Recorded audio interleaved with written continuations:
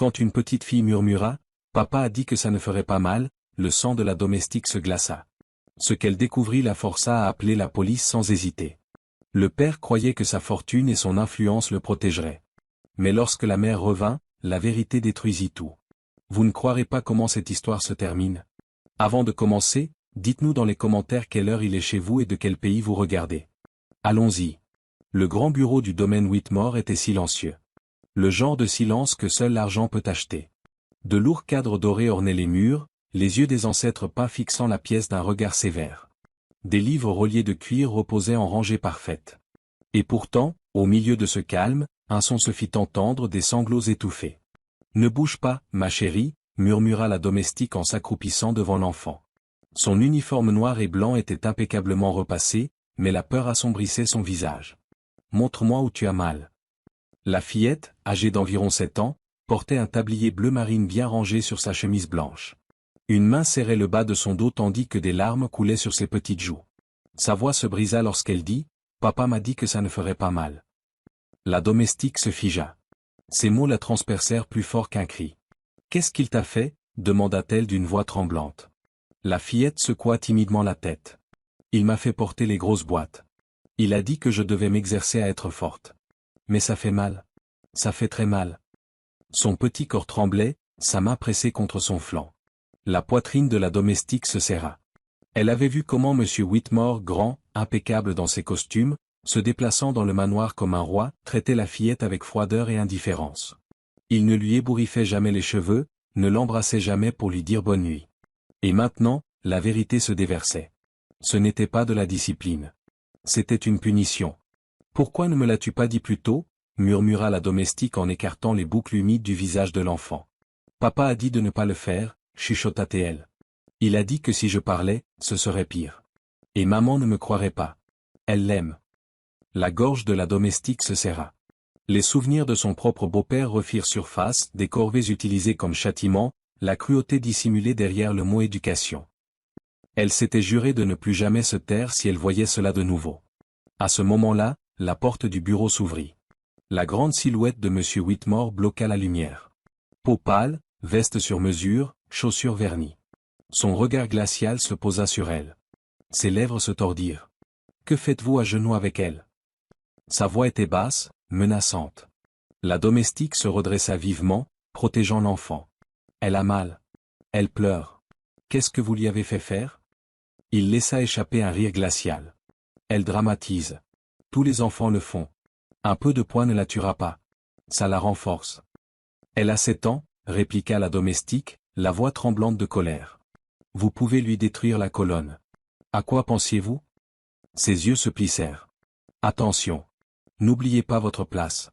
Vous nettoyez les sols, vous ne me questionnez pas. » Le cœur de la domestique battait à tout rompre. Vous lui avez dit que ça ne ferait pas mal, et maintenant elle peut à peine tenir debout. Ce n'est pas de la discipline. C'est de la maltraitance. Son rictus s'élargit. De la maltraitance? Non. La réalité. Elle n'est pas de moi. Ma femme l'a ramenée ici. Si elle reste, elle apprendra à être forte, ou elle ne restera pas du tout. Le souffle de la domestique se coupa. Elle n'est pas de moi. Enfin, la vérité qu'il cachait à sa femme. La fillette gémit, serrant plus fort son dos. La domestique s'agenouilla de nouveau, murmurant « Ça va aller, ma chérie. Je suis là. Tu ne porteras plus jamais rien pour lui. » « Éloigne-toi d'elle, » aboya Whitmore en avançant. « C'est ma responsabilité.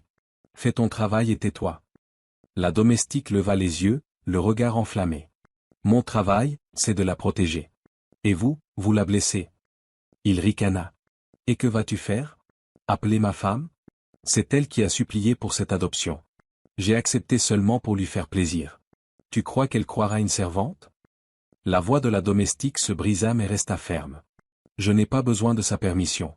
Elle ne partage peut-être pas votre sang, mais c'est une enfant. Et aucun enfant ne mérite ça. » Ses poings se crispèrent. « Encore un mot et tu seras dehors avant le coucher du soleil. » La fillette tira la manche de la domestique et murmura « S'il te plaît, ne pars pas. » Ce fut la goutte d'eau. La peur de la domestique se changea en résolution. Elle sortit son téléphone, le pouce suspendu au-dessus des touches. « Je ne pars pas. Et la police non plus, pas avant d'avoir entendu son histoire. » Pour la première fois, le visage de Whitmore perdit de sa couleur. La rage et l'incrédulité se mêlèrent à ses traits. Pauvre idiote. Tu crois qu'un simple appel changera quoi que ce soit? J'ai des avocats, des juges, des chefs de police dans ma poche. Je sortirai libre. Mais toi vous deux vous paierez. Elle pourrira en foyer, et toi tu retourneras récurer les toilettes. La fillette se cramponna plus fort. La domestique couvrit sa petite main et chuchota, ne l'écoute pas. Tu es en sécurité. Ses genoux tremblaient, mais sa voix resta ferme. Si l'argent achetait toujours la liberté, aucun enfant ne serait jamais sauvé. Vous ne me ferez pas taire. Un instant, il sembla décontenancé. Puis son visage vira au rouge. Tu n'es rien ici. Rien d'autre qu'une servante qui se croit importante. Tu sais qui je suis? Mais le bruit des pneus crissant dehors l'interrompit. Quelques secondes plus tard, 2 policiers en uniforme entrèrent, suivis du majordome nerveux. Whitmore se redressa, la voix soudain mielleuse. Officier. Dieu merci. Cette domestique a monté la tête de l'enfant. Elle est instable. J'aurais dû la renvoyer depuis longtemps. L'officier le plus âgé s'accroupit devant la fillette. Ma puce, quelqu'un t'a fait du mal? La domestique hocha doucement la tête vers elle. Dis-leur, chérie. C'est fini maintenant. D'une voix tremblante, la fillette murmura, papa a dit que ça ne ferait pas mal. Mais il m'a fait porter de lourdes boîtes. Ça fait mal. Ça fait très mal. Elle éclata en sanglots. L'officier souleva délicatement son chemisier. Des ecchymoses couvraient son dos. Son visage se durcit. Monsieur, vous allez devoir nous suivre.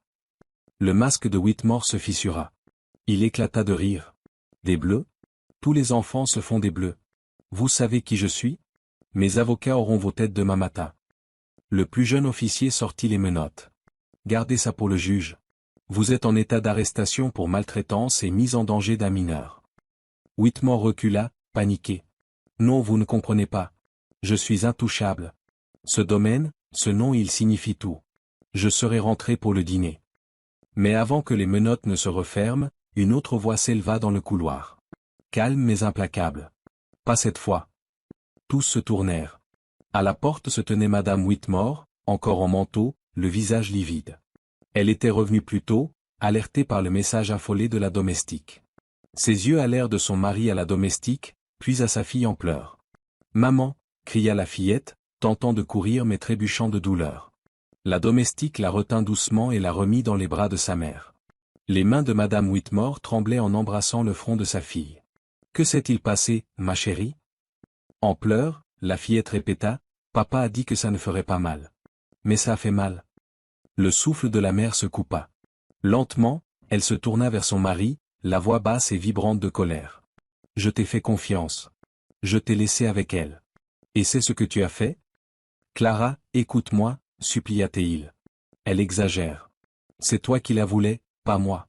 J'essayais seulement de la rendre plus forte. » Plus forte, sa voix monta. En brisant son corps?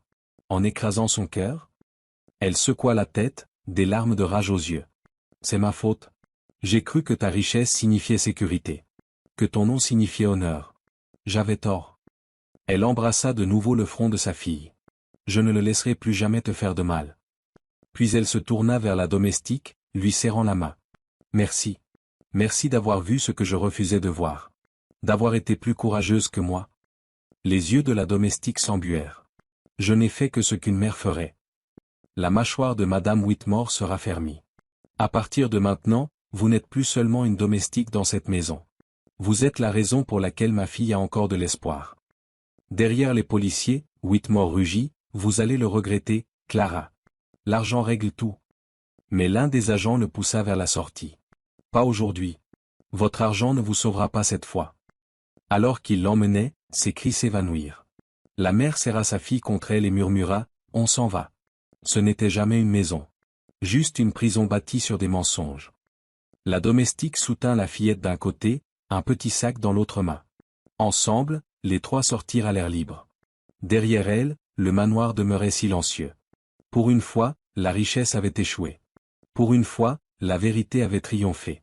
Et blottie dans les bras de sa mère, protégée par le courage de la domestique, la fillette murmura, ça fait encore mal. Mais je sais que je suis en sécurité maintenant. Si cette histoire vous a touché, soutenez-nous, appuyez sur le bouton j'aime, partagez-la avec quelqu'un qui a besoin de l'entendre, Et commentez ci-dessous, pensez-vous que l'argent puisse un jour excuser la cruauté? N'oubliez pas de vous abonner pour plus d'histoires puissantes et émouvantes chaque jour.